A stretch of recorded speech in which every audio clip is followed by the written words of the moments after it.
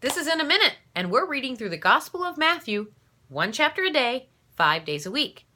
I'm Robin Heiskell, and this is episode 19, which means we're in Matthew chapter 19. The chapter begins with what would be Jesus' final trip to Jerusalem.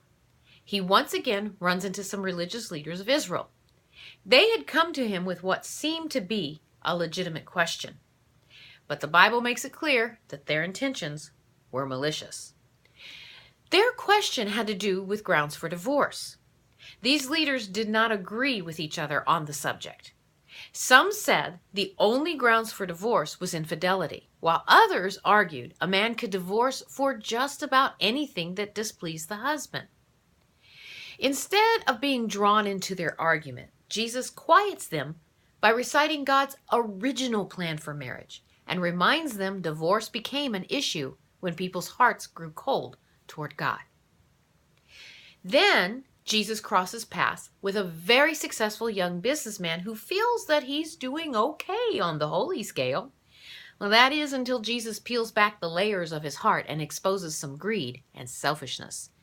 The young man could not let go of his temporary earthly treasure, and he literally turns and walks away from the wealth of all heaven and eternity.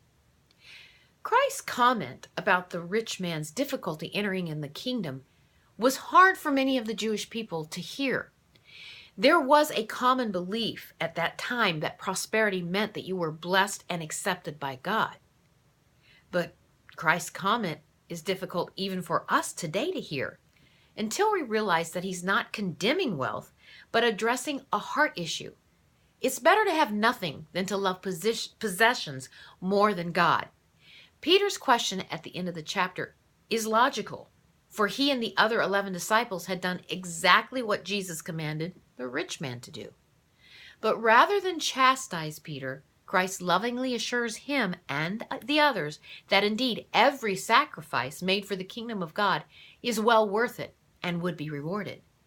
Matthew chapter 19 makes it clear that we should love God above all else and measure success according to the standard of his word.